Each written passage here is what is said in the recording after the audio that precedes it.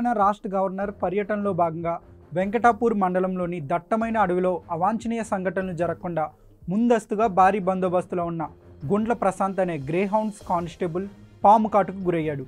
దీంతో ఆ కానిస్టేబుల్ను ములుగు జిల్లా ఏరియా వైద్యశాలకు హుటాహుటిన తరలించారు.